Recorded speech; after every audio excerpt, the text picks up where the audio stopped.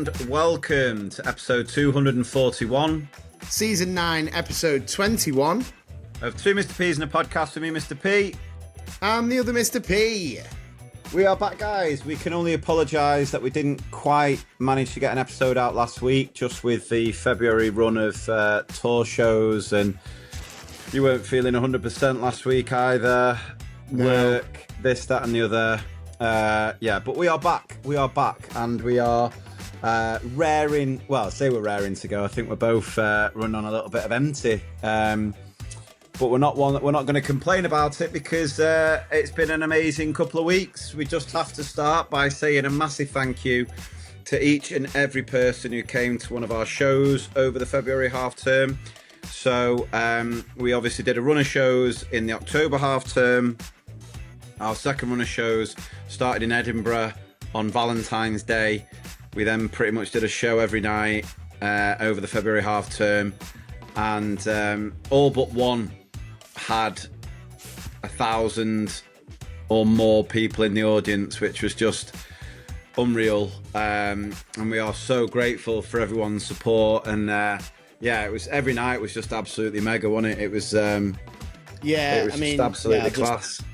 Piggyback you there and just say massive thank you. I mean, it's probably out of our wildest imaginations just how well the show has gone down, the reaction to every post about it, the kind of ovation at the end. I think it's a night that everyone kind of looks forward to and hopefully feels like we deliver, and the feedback's been incredible, and we're so thankful. And obviously, because of the amazing reaction and stuff, the tour has been extended. So that was announced last week, wasn't it? So we've got a full week of shows, October this year and then February 2027, trying to do as many places as possible. Obviously, as we always say, it's not down to us where we perform. We're happy to go anywhere. It's where the availability is. It's where it'll have us.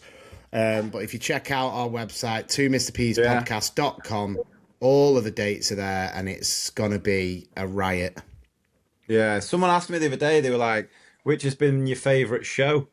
And honestly, I can't pick. Every show's just been, the atmosphere has just been unbelievable, and the audience has been incredible. And I think that's down to the fact that we're extremely lucky that our audience is just life's good people. Just, when you're working with school staff, you've just got enthusiastic legends who are up for a bit of a giggle. So if you've not made it to one of our shows in October or February, here's where we're going to be. So the last show of this academic year is happening on the 22nd of May at the Lowry in Salford. So that's like a homecoming show. It is close to being the biggest one we've ever done. So up to now, our Sheffield show, over 1,300 of you at that one. We are very, very close to, I think we're at about 1,200 for the Lowry. So if you can join us for that one, it's just on the Friday that we finish for the WIT half-term break. Going to be massive to do that big room. So looking forward to that. So that's going to be the last one of the academic year. And then October 2026, one of the most requested places, Norwich. We are coming 25th of October. We're at the Epic Studios. Now, it's not the biggest venue, that one. So you want to get your tickets as soon as possible, because if any of the other shows are like this one, it will sell out fairly quickly. So Norwich on the 25th of October. We're then doing another show back in London on the 26th at the Soho Walthamstow. So, I know we did the Hackney Empire in October, but again, we've had loads of requests to come and do the Capital again, the Big Smoke. So we're back there 26th of October. Tunbridge Wells on the 27th of October, 28th of October, then in Eastbourne, 29th of October in Colchester. I know that one's selling quite well at the minute. Then 30th of October, we're in Southampton. 31st of October, High Wycombe. So that run of dates is all round, in the south, really. And then February 2027, I'm going to be in Blackpool on the 14th or maybe 13th of Feb, I think. I think that date's been changed. 15th of Feb, we're in Carlisle. 16th of Feb, Chester. 17th of Feb Crew, 18th of Feb Nottingham, 19th of Feb Stoke, and then 20th of Feb Stockton. So they're more all up in the north and south divide there. So they've tried to, as best they can, limit the amount of driving we're doing. But yeah, so get your tickets, head to the website, 2mrpspodcast.com/live. That's number 2, mrpspodcast.com. And even if you've got friends, colleagues who have never listened to the podcast, because we've just had loads of people at these shows who've never listened, don't follow us on the socials, they've just been dragged there, but they've come away saying they've thoroughly enjoyed it. So we just want to spread that joy and have as many of you joining us as possible.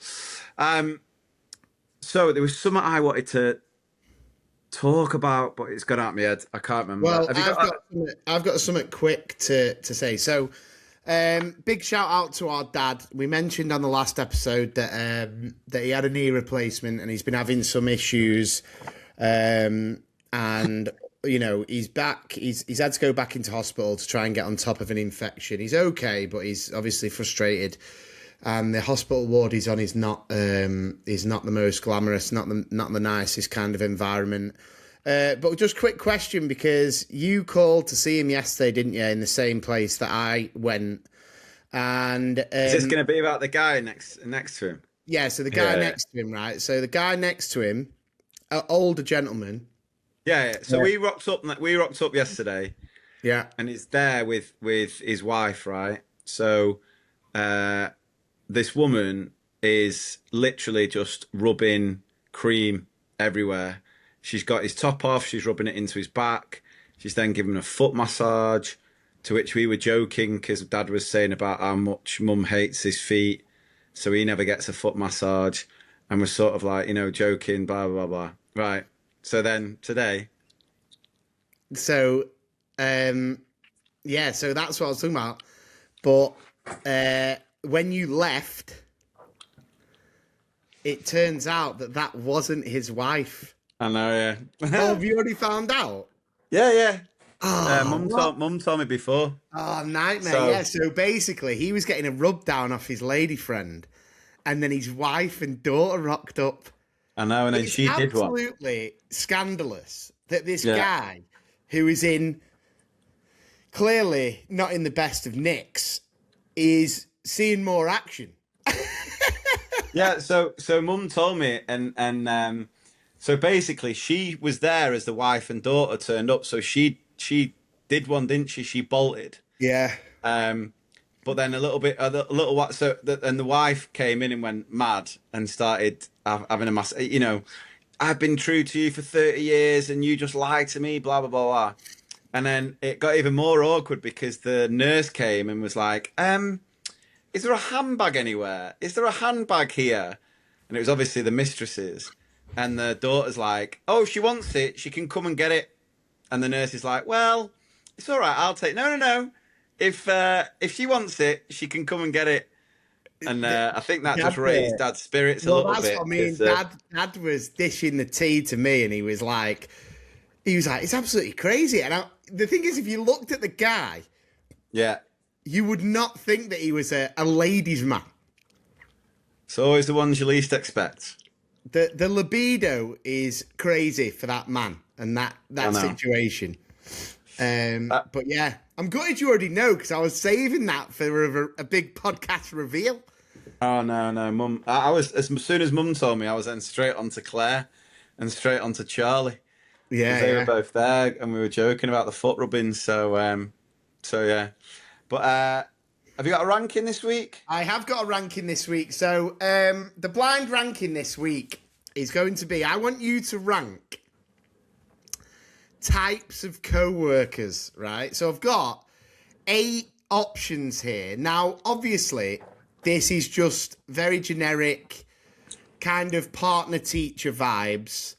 But I want you to rank them of the person you would like to work with most being number 1.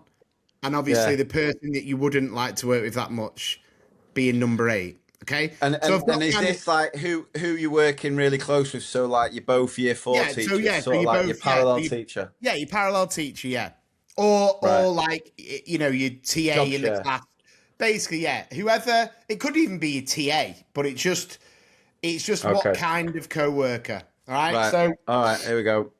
So the first co-worker, and I've got a name, right? I've got a name for him, and then I've Yeah. got just a few things that they would do. All right, just options. Okay. So the first one, the over-prepared planner, has every lesson planned 3 weeks ahead, color codes everything, got a backup plan for the backup plan. Oh, 2.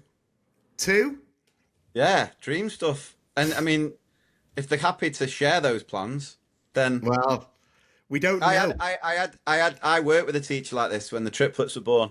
They were a godsend. They just were more than happy to just plan everything, and they knew I was a zombie anyway, so they were just more than happy. They were busy. Yeah, So I was more than happy to just Okay. So I'll go along with that. in at 2. Let me note that down. Next one, the last minute legend. Prince worksheets as the bell rings. Always says we'll just see how it goes, but somehow always pulls it off. You're basically describing me there. I was going to say, where should I rank myself? Yeah, that is like if you were to clone me, that is how I am. 4. They always pull it off. So Yeah, that's Yeah. a key thing at the end of it. The Twinkleator. The classroom looks like a magazine spread. Seasonal door displays are on point and owns their own glue gun. I mean, how obsessed with Twinkle are they? Because I've got a bit of beef with Twinkle. Well, if the nickname's the Twinkleator, I'm guessing that they're on it quite a lot. Yeah. 5. 5. Okay. Next one. The strict but fair one. Clear boundaries. Kids are silent when they walk in. Secretly a softie.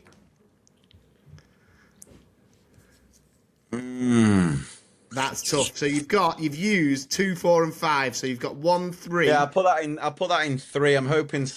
Yeah, put that in 3. Doing 3. Okay. I could live to regret that, but we'll go 3. Next one, the chaos coordinator. Their desk is the mystery zone. Loud but productive classroom. Thrives in controlled chaos. 6. See, I think that's a bit of me. I think Yeah. that'd probably be a bit of me. Right, next one. The tech whiz. Knows every app. Fixes the printer. Says, let's put it on the board daily. Ah. But then where do they lack the skills? You got 1, 7, and 8. No, it's not going 1. I'm gonna have to go 7 there. 7. Next one, the staff room therapist. Always has tea to spill, knows all the drama, gives elite advice. Oh, 1. 1. 1. And then this one going in at last is a toughie. The eternal optimist. Every child is a star. High energy at 8:30. Survives on positivity. Nah, I like it to a point, but then I'm like, nah. I need a rant. I need you to go to. I need you to like call it out sometimes. You know what I mean? Like you need those members of staff, but there's times where you can't go Yeah. to them. So I'll put I'm happy Okay, with that. so I'll go the with that. final ranking of co-workers, in at number 8, the Eternal Optimist, 7, the Tech Whiz, 6, the Chaos Coordinator, 5, the Twinkleator, 4, the Last Minute Legend, 3, the Strict but Fair One, 2, the Over-Prepared Planner, and then 1, the Staff Room Therapist. Well I done. feel like I'm about 4 of them. Well, I mean, listen, we'll clip this up, and if you see this, please comment on big ones that I might have missed, like proper personality traits of a member of school staff that I may have missed. But I tried But to just you didn't give them flaws. We need it where it's like they're good at this, but then they do this. So you know, like the tech whiz, but his behaviour management's crap. yeah. The only thing I'd Again, say, just describing myself there. the only thing I'd say is that after, like you said, after the run of our shows, I only think highly of school staff. Yeah. Or, they like the staff room the optimist what was the last one that I put in at 8? The eternal optimist. Right, the eternal optimist. However, they speak to every child they teach as if they're in reception. Ah, yeah.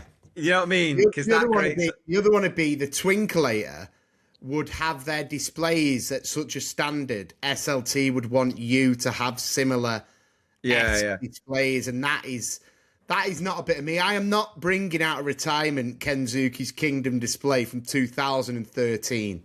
Yeah. Or the the planner, but she doesn't share them with it. We needed the flaws in there, but yeah, I enjoyed that. Right, we'll take.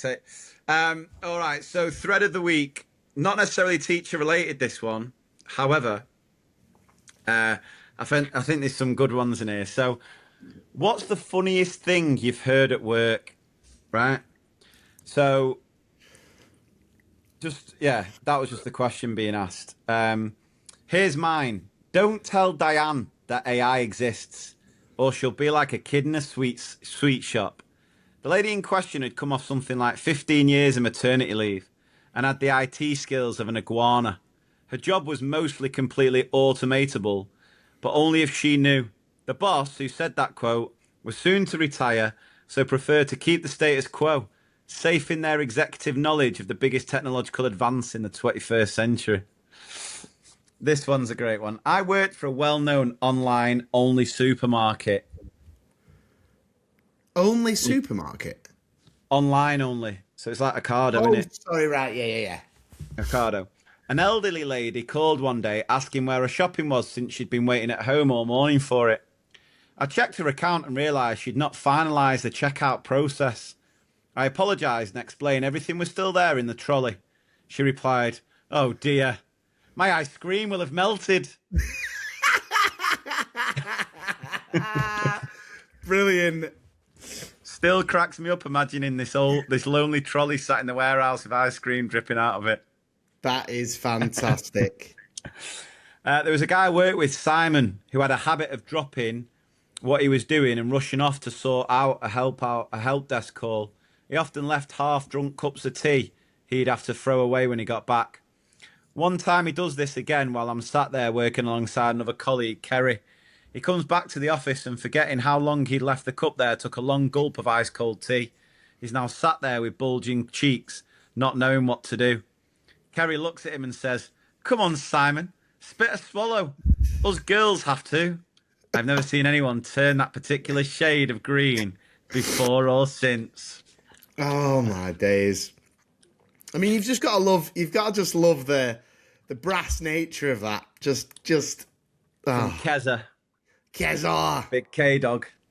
My CEO, 50-ish, male, accidentally showed me, mid-20s female, a huge vagina meme while swiping through some vacation pictures. He then reported himself to my manager, and my manager asked if I'm okay or offended. I told him it was hilarious, and of course I'm not. It's just a meme. Fair play to the CEO for reporting himself. Well, yeah, it's fair, but listen, you've got to be careful with your camera roll. If you're showing people your camera roll, it's like, do you know what was funny, right? I was actually showing someone a photo on Saturday in Liverpool. I met up with a few friends after the show, and I clicked on my camera roll, right? And I absolutely, for a split second, just bricked it because I've got a bit of a septic finger, right? Right. So I sent Mum a picture of it, and it's just like a picture of my middle finger, but it was just like the tip of the finger. And because I just took that picture and it was within all the other pictures, as soon as I clicked on it, I thought, oh my God, like, what's that? You know, when I was on my phone, I was going, oh, I've got this picture to show you. I think it was of the kids. And then it was there, and I could just see this white tip with like a thing on the end. And I was like, oh, and I just pricked it for a second and then ran, oh my God, it's my finger. Now, I don't, listen, I don't take pictures like that. But for some reason I thought, how the bloody hell's that got in there? Yeah. And why is it septic? Right, we were discussing Botox at work, and one of the ladies said she would never get it, which is obviously fair enough. However, the reason she didn't want to get it, is because they haven't found a cure to cancer yet. So how could we trust Botox to work? I asked her if she felt the same about other medications, and she said, yeah, she doesn't trust anything. She doesn't trust that anything works, because if it did, no one would have cancer. She was a medical admin staff at a GP practice. So what? She just gets honest headaches and then just drinks water? Sounds like it. Yeah. Paracetamol, man. Yeah. My first day in a care home. Have you met Joyce then, the assistant manager? Yeah, I've met Joyce. She interviewed me. Dog's dinner, ain't she? With the blue eyeshadow and bleached blonde hair. Effing bitch, I swear. Can't stand her. I'm laughing uncontrollably. Joyce walks in. Oh, you're all right, sis? Oh, so she didn't hear? No. She was talking with one of the care home residents. And then the care home resident was talking about Joyce like that. And yeah. And then Joyce walks in. Ah, okay. That's Yeah. what I mean. So Joyce didn't hear him. No. Oh, see, No. that's where I got confused then. I used to be a PE teacher and had a student who, when encountering the pommel horse for the first time, assumed it was stuffed with horse meat and was absolutely furious. I was very perplexed how she reached that conclusion so quickly. What was it? Was it Findus? Was it Findus Yeah. that was serving horse meat in Iceland? It's not in the PE equipment, it's in your lasagna. Findus. Yeah. Scenes. I'm an USA expat. I moved to the UK in 2006. My role was at a company that had a very open plan workspace, low wall cubicles across the space of about a half to a three quarters, the pitch, the size of a football pitch, kind of dystopian, right? In any case, in my first few weeks in the office, someone far across the floor slammed down his phone and yelled at the top of his lungs, effing C word. In the States, this would have been grounds for immediate dismissal, and likely company provided counselling for the affected. Here, it was Tuesday. Dude was still employed there years after, and many more outbursts after I left the company. As I recall, he was in some kind of customer support role. That's a difference, isn't it? Various outbursts. Yeah. But that's it, that word in England. I mean, I know some people find it more offensive, but in America, it's like such a taboo word compared to in England, where it can even be a term of endearment in some cases. Well, yeah. Just ask Cockney John. Yeah. I used to work in Edinburgh city centre, and on more than one occasion I was asked by a tourist what time the 1 o'clock gun went off. Come on. Yeah. I mean, listen, we're all tired. It's a busy life, but you've got to be better than that. I worked one summer in the old tourist information centre in Edinburgh. Where's the castle? It's right behind you, I would often say. Oh, no. What about this one? I used to work in a bank and fielded so many calls asking if the bank was open on bank holiday Monday. Oh, bless. Years ago, I was a home carer. Myself and my colleague arrived at our regular call, and the whole extended family were there, all stood around in the kitchen. My colleague, a loud and brash woman from the valleys, I say this with love, I adored her, walked in, looked around, rubbed her hands together and loudly said, "Who's died in here then?" Turns out our service user's husband had passed away that morning. Oh, my goodness. That is a Those stinker. They're the cringiest ones for me. Just proper foot in mouth, and it's so innocent and accidental, innit? Yeah, It really does hurt me when people go through that.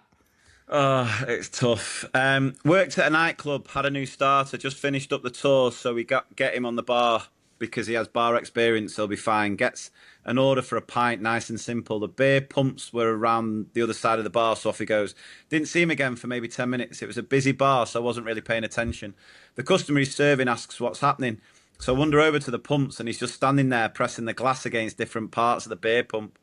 Pull a pint for him and he goes, "Oh, I thought it was automatic, like a coffee machine." Oh, no. Just doing it for ages. Like, come on. Like the big pumps are just there. Come on. Not my work, but my sister told me after lunch one day, she asked a colleague if she'd had a nice lunch break, and the girl replied, "Yeah, I just went out to spread my legs." Clearly, she meant stretch. Thanks for your honesty. Yeah. Worked in a 999 call centre for a while 30 years ago. Someone called Mr. Broom phoned up to report a minor theft, which he was understandably upset about and wanted action. But it was a Saturday night and we had no units to send for a non-emergency job. Well, I was doing my best to de-escalate. A colleague passed me a memo on paper. We sometimes did this in pre-instant messaging days if there were any news coming in, e.g. stolen car being found. The memo said, "Tell him we have made a clean sweep of the area." A stupid joke, but ending that call straight-faced while a couple of colleagues mimed cleaning duties was the original "don't laugh" challenge. I like that. A female officer worker at the factory I used to work at. "I'm growing my hair short." Don't think you can do that, my friend. Growing my hair short. Brilliant. Yeah. Way back when I did temp jobs, the Permies sent a new guy to the shop floor. Well, hang on, the Permies. All right, sent a new guy to the shop floor. Permanence? Yeah, it must be store to get an air-mounted grapple hook for a clunge support ropes. He duly trotted away, having double-checked the name of the required item and been given directions to the store. We expected him to come back and tell everyone to F off for being arseholes, but he just said with a straight face, "They said they've not got one in stock, sorry." It felt like that was around 3 seconds of silence before someone gave the guttural, "Oh," and everyone fell about in absolute deafening level of laughter, full on snot and tears all around. Yeah, that's good. Journalist colleague talking to the coroner's office about a dead drink driver. "And was there alcohol in the blood or in his breath?" Coroner's officer: "They don't breathe when they're dead, you know."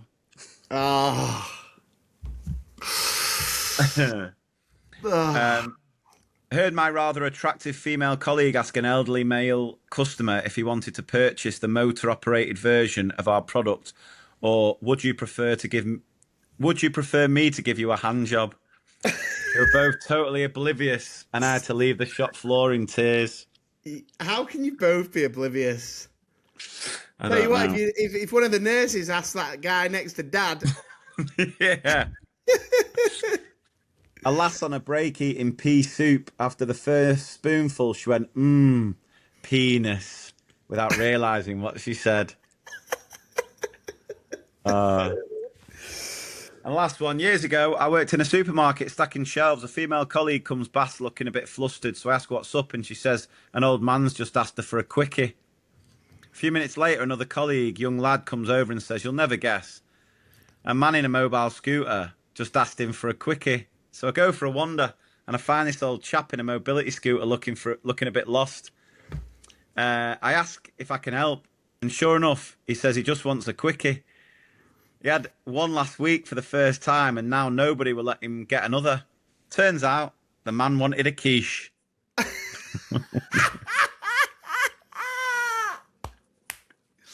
a cheesy quickie. Yeah. A quickie, Lorraine. Oh my goodness! He had one last. I had one last week for the first time. I had one last week for the first time. Bloody lovely. So I'm wondering, why won't anyone else let me get a quickie? I've heard a quickie Lorraine's good. Is Lorraine about? Quickie, brilliant. Absolutely brilliant. Now, I got an email before about parents' evening coming up. Oh yeah. So I went on the old Scout and I've got some parents' evening tales, just a couple to whet the old appetite. At one parents' evening that I was doing, parents walked around with a bucket of popcorn and ate it whilst teachers gave feedback.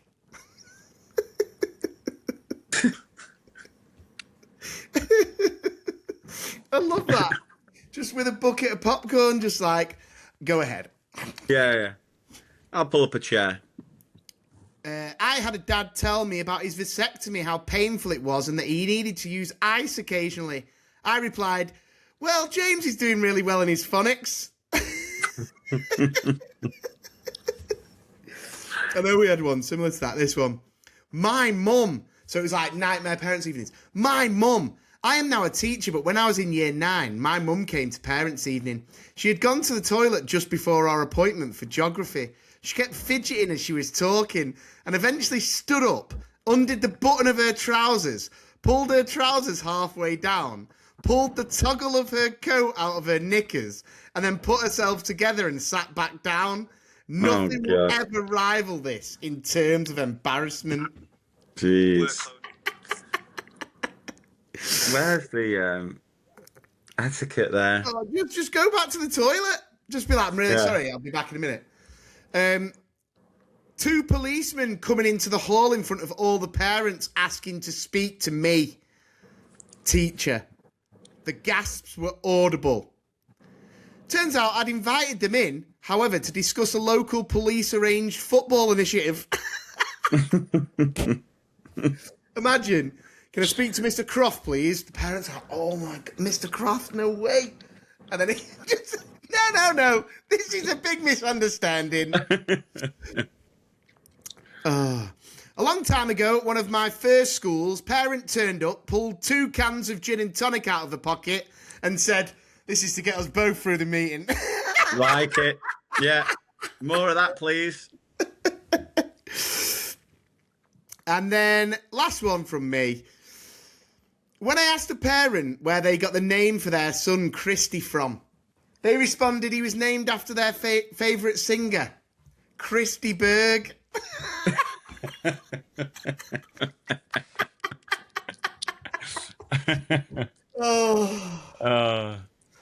Right,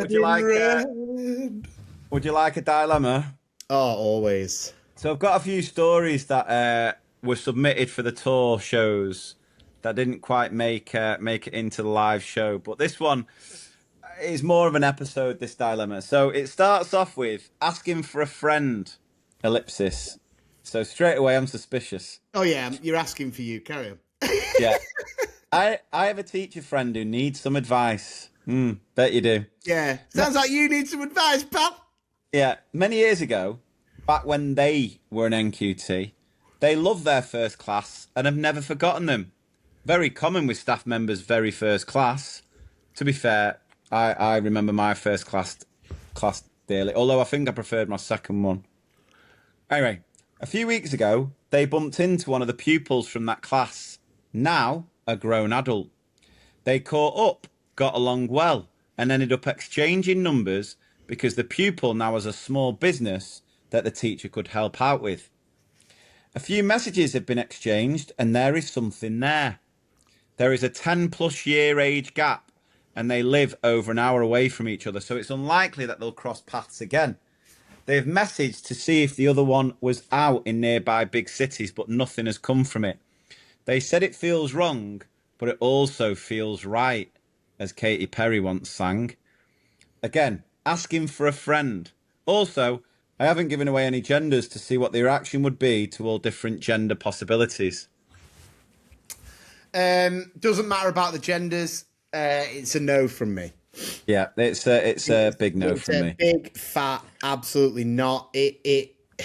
Listen, I know that everyone says that like love will find a way and all that kind of stuff, but listen, no, it will be forever unacceptable. It will be frowned upon. You know, whether you're breaking the law officially or not, it's just an absolute no shot from me. Yeah, I agree, because I don't, even when I see, and obviously I live quite close to the school, so I'm always bumping into ex-students. They're ex-students. They're still students. Doesn't matter how old they are. They're still your students. Are you telling me, right? So just for this dilemma, right? That this is well, it's either we'll just do male teacher, and he had a girl in his class, and then he bumped into the girl. She's got a business. She's 20 odd or whatever. He's a bit older, and they've bumped into each other. Are you telling me that she didn't greet him with, "All right, sir"? Yeah, that's what I mean. Because it's an absolute fact. Like the same as you. I mean, I've always worked away from the schools that I've worked in, but I have bumped into children and young adults who I have had. You know, I remember going to a wedding a couple of years ago, and it was a very close friend who I worked with, who was really good friends with a lady who I worked with. And obviously her kids went to the school that I worked in. So when they were getting married, the kids were there, but one of the kids was like 16, 17 or whatever it was. And she immediately was just like, "Hi, sir." And I was just like, "Oh, you're right." And I love seeing him. I mean, like, I love. Oh yeah, it's nice to hear what they're up to and what finding out what they're up to and stuff. But absolutely not. No. You just couldn't. Just don't think I could ever see. No, it's a bit. It's weird. It's a bit weird. creepy. You can't even like put the scenario in your head because it feels so wrong. Yeah, so, it's a sort of power imbalance. That's just so the two Mr. P's that are saying a big fat no to you and your friend, even though your friend's not real. What if you were single and you bumped into a teacher from your school days? Which teacher we're talking? Well, a teacher you might have had a crush on, because I think a lot of. Are you talking Miss Tutti Frutti Looty? I never had her. But there was always a teacher that you had a bit of a everyone had a teacher they fancied. I used to like a bit of Tutti Frutti, yeah. What do you mean? What if I bumped into? Well, you know, would I go for it? Listen, I think it's a different animal looking at it from the student's point of view. The student is probably thinking there, what an unbelievable tale to tell. Whereas the adult needs to be the adult always. So if you're asking me, would I have gone for it with Tutti Frutti? Not now because I'm married. This is just brought up a memory from my time at uni, right? So when I was at uni, there was one of our lecturers. I think she was a maths specialist, and I won't say name. But she was nice, right? She was.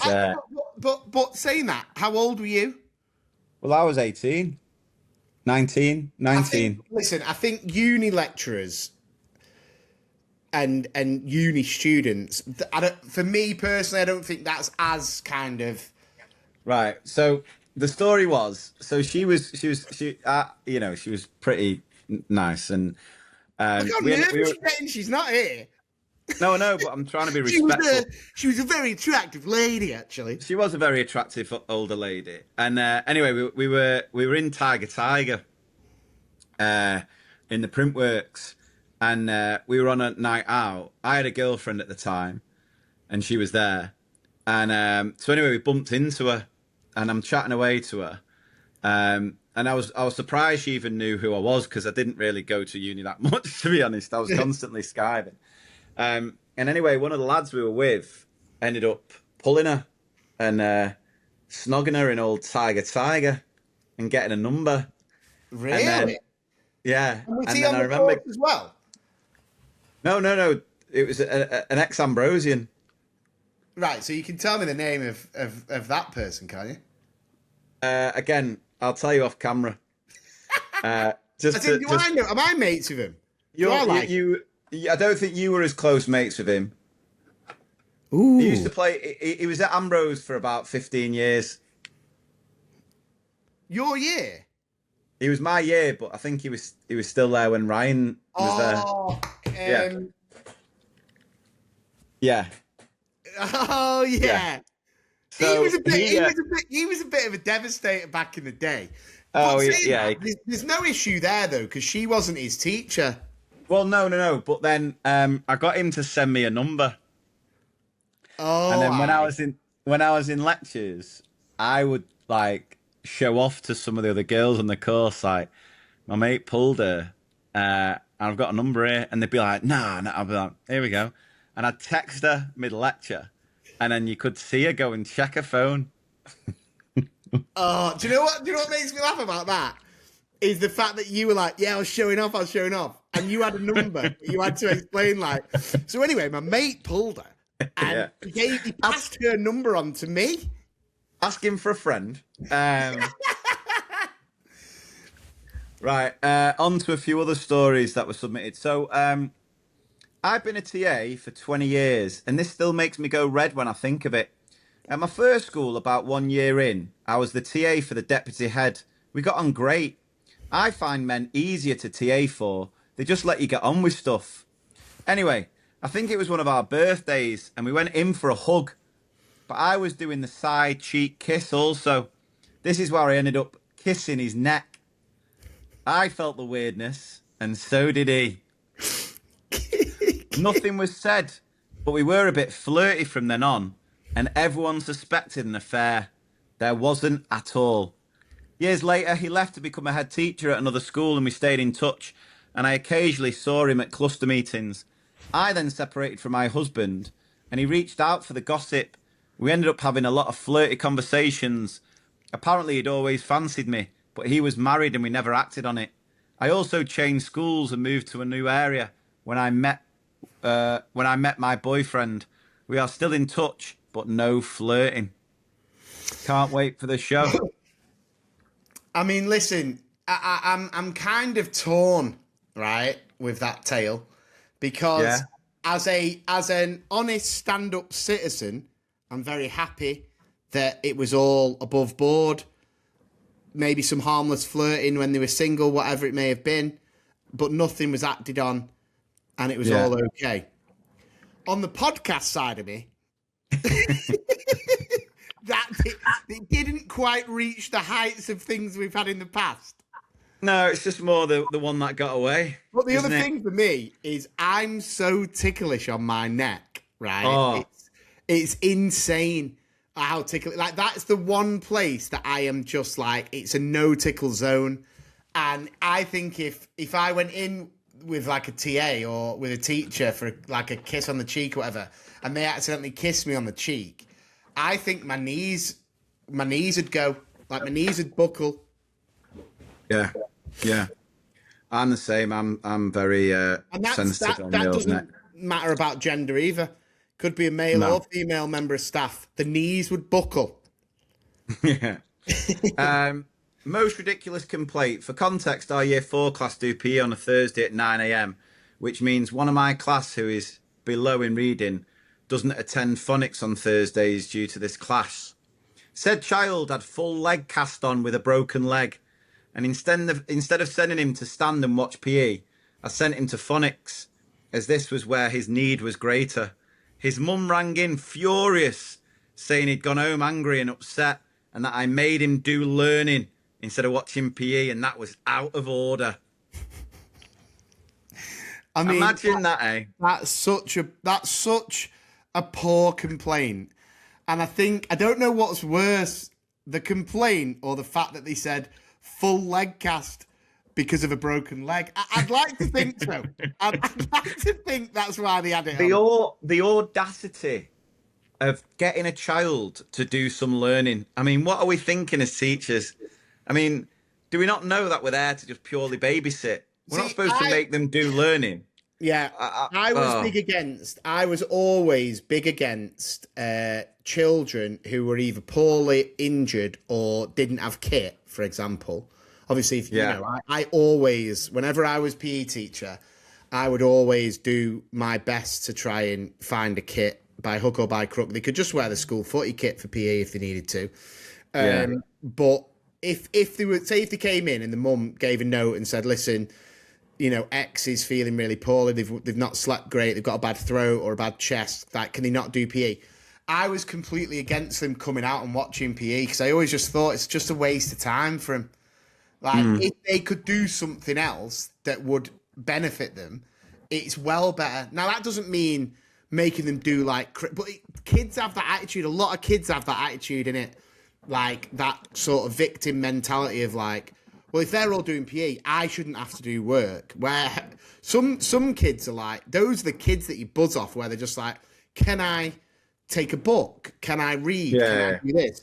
Or even like, if you've got laptops and stuff, just timetables, rock stars, all that kind of jazz. Just summit rather than just sat watching like dodgeball. Yeah, yeah. Um, I just, we're getting it wrong trying to get kids to learn stuff. It's ridiculous. Right, my colleague and I stood in the yard dismissing the children at the end of the day. We noticed a parent and a friend walking towards the office. That's an unusual scarf she's wearing, I commented. I don't think it's a scarf, said my colleague. It's a snake. There was a sudden realisation that they would have to pass the classroom of the one member of staff who had such a phobia of snakes that she had to stay home when Zoo Lab brought some in for a visit. One of the TAs bolted down the corridor, burst into a classroom and shouted, "Stay in here and do not open the door." By this time, the parent, friend and snake had arrived at the office and were swiftly ordered back out by the head teacher. That's insane, innit? That is absolutely wild. I'm glad it didn't bring it to the university that Indiana Jones worked at. I was just picturing Jake the Snake and Macho Man Randy Savage just walking into school. And it's just two mums with like leopard print outfits on. It's like, they're reenacting Britney, I'm a Slave for You. That's where you need to roll out your school Samuel L. Jackson. Get these motherfucking snakes out of my motherfucking school. Oh, God. Right. And this is quite a lengthy one, right? So, again, this was one that I thought could have gone in the show, but it was just a little bit too long. So, this is truly disgusting. Is this the finale? Yeah, we'll finish the app on this. So, a few years ago, I was working as a TA in the Year 2 class at my son's school. The teacher is lovely, in her early 20s, and was in her third year of teaching. One day we were getting ready for morning register. All the kids were starting to sit on the carpet, and I heard one of them say, "Oh, look at this baby worm." There were lots of, so cute, etc. coming from the group of kids gathered around this spot on the carpet. One of the boys came over to the cloakroom, grabs my hand and says, "Miss, come look at the baby worm." As I'm walking over, I said, "I wonder how a worm got in here last night." Then I arrived at the worm's location and very quickly noticed that it was indeed a small worm. A white, short one that looked like a piece of thread. I looked up to see a small child in front, said, "Baby worm," with an impressive builder's bum situation going on about 15 centimetres away. As I was processing this, I heard one of them say, "I'm going to pick it up." My very high-pitched, "No, don't touch it," alerted the teacher to an issue, and she looked at me a bit puzzled. In an attempt to avoid traumatising 28 6-year-olds, I played it off with a classic, "He needs to go outside to his mummy." Great initiative there. Yeah, unbelievable save. I know. What's drawn me straight in is 28 in a class. That's good, isn't it? Try 35. Needs to go outside to his mummy. One of the kids said, "Okay, I'll pick it up." And I let out a strangled, No, don't pick it up. It's not safe for the worm. We mustn't pick up baby worms. Before anyone else could try grabbing it, I went for a trusty paper towel to retrieve the baby worm. So, do you understand what it actually is? Yeah, I think so. Yeah. Go on. Well, no, I don't want to make it. Just you tell me. Well, it's like a bumworm, like a threadworm. Yeah, like an ass worm. Yeah. Yeah, no, I got that. But yeah. I think it's out of the kid who's got the builder's bum. Well, yeah. I mean, listen, I'm going to use my inference skills and commit to that. Yes, I'm going to circle that answer. Thank you. So I think she doesn't want them to pick it up because it's come out of a kid's bum. Yeah, agree. Yeah, right. Okay, we're on the same. It's been a long day. It's been a long week. We're just making sure we're getting it right. She could have cut it in half and saw if they were both alive. Yeah. I went for the trusty paper towel to retrieve the baby worm with no actual idea or plan of how I was going to take it outside to his mummy. Anyway, I went in, scooped it in the towel, which is more difficult than you think, and took him outside. Oh, no. When I got there, I just stood there thinking, right, what do I do now? I can't put it in my pocket. I sort of paced the outdoor area in a panic for a minute, braved looking in the paper towel, and noticed my retrieval attempt had resulted in what we will call a traumatic and life-ending injury.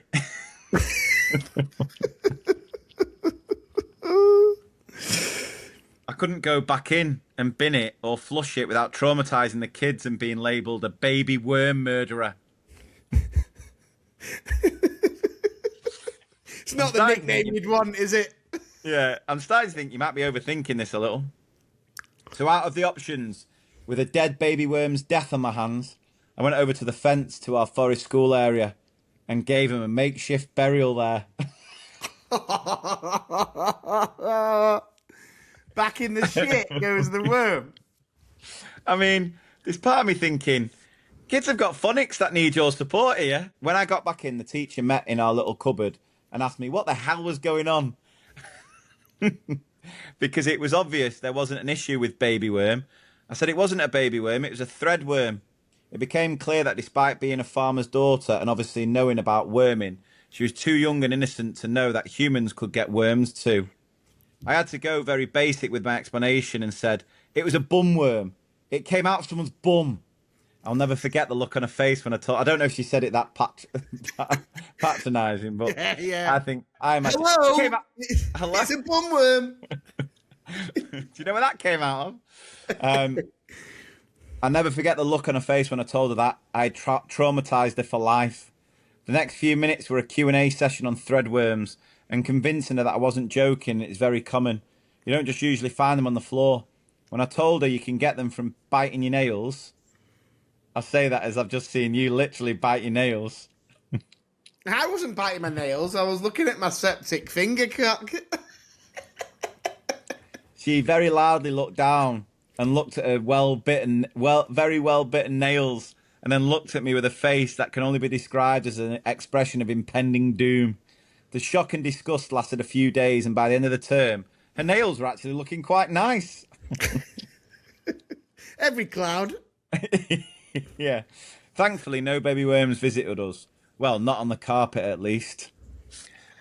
Oh, well, again, a tale in just some of the crazy things we have to deal with as school staff. You have to say, though, if you didn't know about bumworms and someone tried to tell you about bumworms, you'd think they were yanking your chain. You'd think quite literally you were pulling your worm. Yeah. But look, if there's a lesson to be learned out of our podcast, it's don't bite your nails. Otherwise, it could be a threadworm. I do bite my nails. I bite my nails, but I've never had threadworms, actually. No, I've not. Well, no. Not that I know of. I've heard, though, it helps you lose weight. Don't say that. No, apparently it does, because they end up eating they live in your stomach, don't they? So whatever you digest, they start eating. Really? I mean, I'm sure. Yeah, I'm sure I've seen like. I'm living proof. I've never had them. Yeah. Where they can be ridiculously long as well. That's why you've lost so much weight. Yeah. It's not me. The worm my nails and the threadworms, the bumworms. Swear by him. Swear by him. Follow me for more diet tips, guys. Yeah. Right, guys. Well, thank you so much for listening once again. We really, really do appreciate all your support. As we mentioned at the beginning of the show, if you've not got your tickets for our live tour, head over to twomispeaspodcast.com. You can get them there, as well as share your funny tales and stories. Follow us on the socials, get involved with the chat on the Facebook group, and we will see you next week. Take care.